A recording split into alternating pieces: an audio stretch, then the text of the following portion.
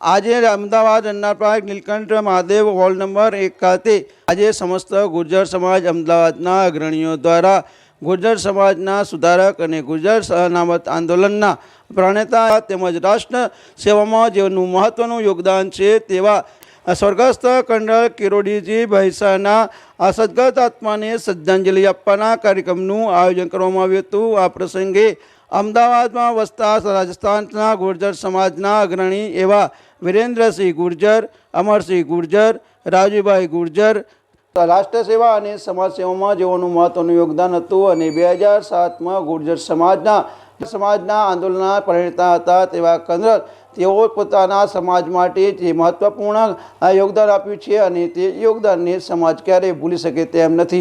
અમદાવાદ ખાતે વસતા સમસ્ત ગુર્જર સમાજ દ્વારા શોકસભાનું આયોજન કરીને આ સદગત આત્માને શ્રદ્ધાંજલિ આપવામાં આવી હતી। તેમજ આ પ્રસંગે ઉપસ્થિત મહાનુભાવો દ્વારા ગુર્જર સમાજના ઘડતરમાં જેઓનું મહત્વનું યોગદાન છે તેવા કર્નલની વિદાયને લઈને તેઓ દુઃખની લાગણી વ્યક્ત કરી હતી। તેમજ આ સદગત આત્માએ જે અમારા સમાજ માટે જે કાંઈ યોગદાન આપ્યું છે તે યોગદાન અને તે આ સદગત આત્માના માનમાં યોજાયેલી પ્રાર્થના સભા અને શોક સભામાં કોંગ્રેસના ધારાસભ્ય હિંમતસિંહ પટેલ, ભારતીય જનતા પાર્ટીના બાપુનગરના કોર્પોરેટર પ્રકાશ ગુર્જર તેમજ રાષ્ટ્રીય લોક जनशक्ति पार्टीના प्रदेश प्रमुख LD सुथार તેમજ कमिश्नर અને મહાનુભાવો ઉપસ્થિત રહી અને શ્રદ્ધાંજલિ આપી હતી। અને कर्नल साहब का जो आज श्रद्धांजलि का जो कार्यक्रम है और कर्नल साहब ने जो गुर्जर समाज के लिए जो काम किया है उसके बारे में कर्नल समाज इस समाज के लिए एक युग पुरुष थे।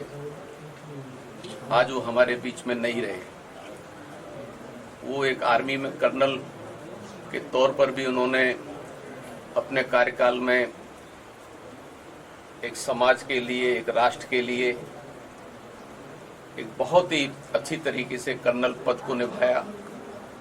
और जब आर्मी से रिटायर होने के बाद उन्होंने देखा हमारे समाज की जो परिस्थितियां हैं, हमारे समाज की जो समस्याएं हैं, इन सारी चीज़ों को उन्होंने देखने के परखने के बाद उन्होंने गुर्जर समाज को संगठित किया और पूरे राजस्थान में नहीं पूरे देश के अंदर जो लोगों की जो समस्याएं हैं उस समस्याओं को सरकार के सामने कि भाई जो लोग जमींदार हैं, जिनके पास पानी नहीं है, जिनके पास बिजली नहीं है, जिनके पास शिक्षा के साधन नहीं है, तो ऐसे जो पिछड़े वर्ग के लोग हैं, पिछड़े इलाके के लोग हैं, पिछड़े समाज के लोग हैं, उनको सरकार को उनकी तरफ देखना चाहिए। उन्होंने पिछड़े वर्ग समाज के लिए, गुर्जर समाज के लिए और पिछड़े वर्ग के लिए उन्होंने आरक्षण की मांग की। उनको रोजगार मिले, उनको शिक्षा मिले, उनके हक और अधिकारों के लिए सरकार व्यवस्थाएं दें, सुविधाएं दें। तो ये बहुत लंबी लड़ाई लड़ी उन्होंने और उस लड़ाई लड़ने के बाद मैं मानता हूं कि इस देश में एक जागरूकता आई और गुर्जर समाज भी पूरी ताकत से एक हुआ, संगठित हुआ और ये संघर्ष बहुत लंबा चला। और इस संघर्ष के अंदर बहुत ही बड़ी तादाद में लोगों ने शहादत दी, बलिदान हुए, पुलिस गोलीबार में लोग मारे गए और बहुत लंबी लड़ाई लड़ने के बाद कुछ हासिल हुआ है और कुछ हासिल होना बाकी है। तो कर्नल साहब ने जो एक जागरूकता आई, जो समाज संगठित बना है और शिक्षित भी बना है और आज समाज उसका लाभ भी ले रहा है। तो पहली बार ऐसा इस राष्ट्र में, इस समाज में एक ऐसे युग पुरुष आए कि जिन्होंने समाज को जागरूक किया, संगठित किया और समाज की एकता को मजबूत किया और एक आवाज उठाई। और आज हमारे बीच में नहीं रहे। आज उनकी श्रद्धांजलि सभा है। आज सही श्रद्धांजलि यही होगी, हम उनके जीवन में से प्रेरणा लें और उनका जो अधूरा कार्य है उस अधूरा कार्य को समाज के लोग सब इकट्ठे होकर हम सब उसको पूरा करें। और प्रभु परमात्मा से मैं यही प्रार्थना करूंगा कि दिवंगत की आत्मा को भगवान ईश्वर उनकी आत्मा को शांति दे और उनके परिवार पर ये दुख आ पड़ा है उसको उनको सहन करने की शक्ति दे। यही मेरी प्रार्थना, यही मेरी श्रद्धांजलि है।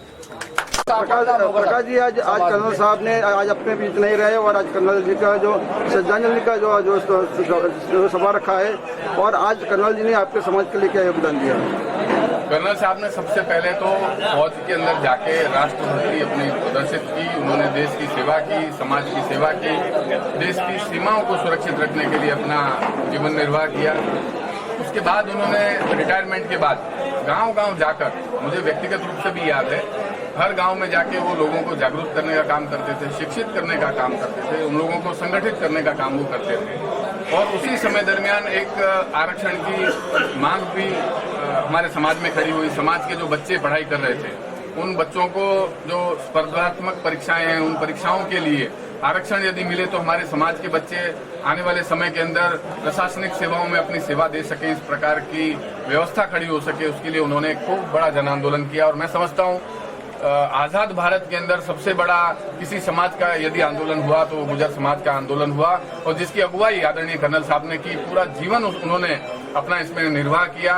और उनकी जो बच्ची हैं वो खुद डिप्टी कलेक्टर के रूप में काम कर रही हैं। IAS RAS की जो परीक्षाएं वो पास होके अपना सेवाएं दे रही थी, तो उनके साथ वो अपना अच्छा जीवन निर्वाह कर सकते थे। लेकिन उन्होंने उस बात को, उस अच्छे जीवन को छोड़ के, त्याग करके समाज के प्रति समर्पित होकर समाज के लोग बच्चों के लिए, समाज के बच्चों के आरक्षण के लिए, समाज के आने वाले भविष्य के लिए उन्होंने अपना जीवन जो निर्वाह किया है, मैं समझता हूँ समग्र गुर्जर समाज और समग्र भारतवर्ष उनको सदैव इस आंदोलन के लिए और समाज के इसकी लड़ाई के लिए सदैव याद करेगा। और हम सभी लोगों के मन में उनके लिए खूब आदर भाव और सद्भावना आज व्यक्त की गई।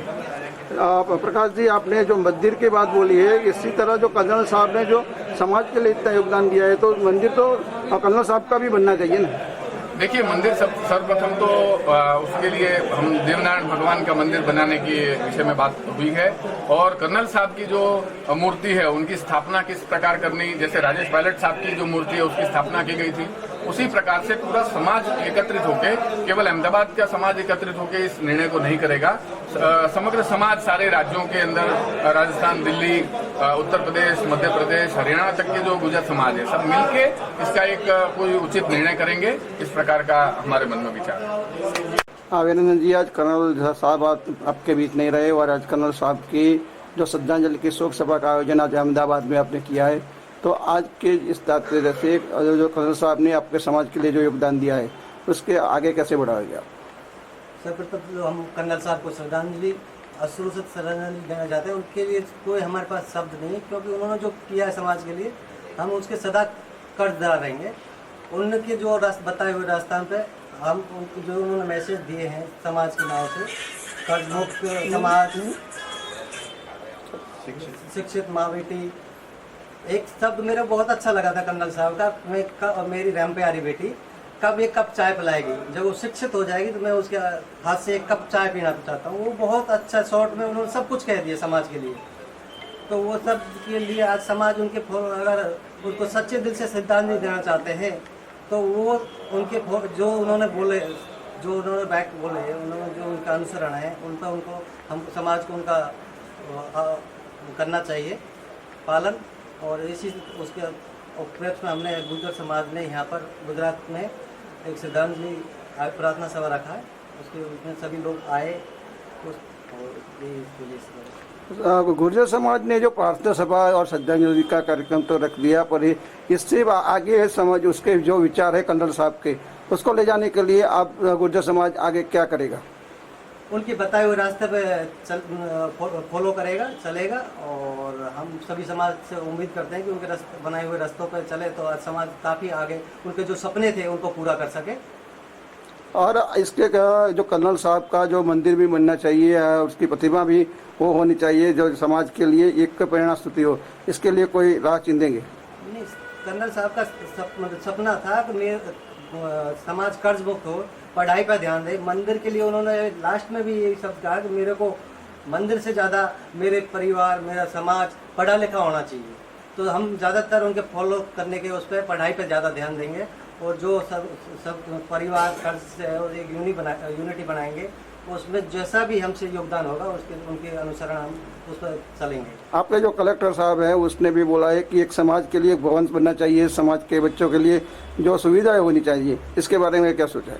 देखो, हमारी मेजोरिटी जैसे यहाँ पर है उसी हिसाब से हम एक सबसे मिलजुल के सभा करके और उसमें जो निर्णय समाज लेगा उसी के आधार पर हम उनके लाइब्रेरी का उधर धर्मशाला का जो आने वाले बाहर से हमारे यहाँ पढ़ने के लिए एग्जाम देने के लिए बच्चे आते हैं, तो काफ़ी लोग परेशान होते हैं, आके एड्रेस किसी के पास रुकते हैं, किसी के पास जगह नहीं होती है, तो उसके लिए अब मन में ऐसी विचार आते हैं कि साला क्यों नहीं, हम इतनी पब्लिक रहती है यहाँ पर और अपना एक छोटा सा काम आना होगा और जो भी समाज में कुरीतियाँ हैं उनको बंद करके समाज को आगे बढ़ाना होगा। राम राम। मेरा नाम देव प्रकाश मीना है। मैं अहमदाबाद में सेंट्रल जीएसटी में एडिशनल कमिश्नर हूँ, जीएसटी IRS ऑफिसर। गांव मेरा महुआ के पास है, बीरासना। हाँ सर, आज ये जो कर्नल साहब ने अब ये इस दुनिया को अलविदा कर दिया है और आपके समाज के लिए भी बहुत से काम किए, तो अब कर्नल साहब के जो जाने के बाद समाज को एकजुट करने के लिए कौन सी राह अपनाएंगे?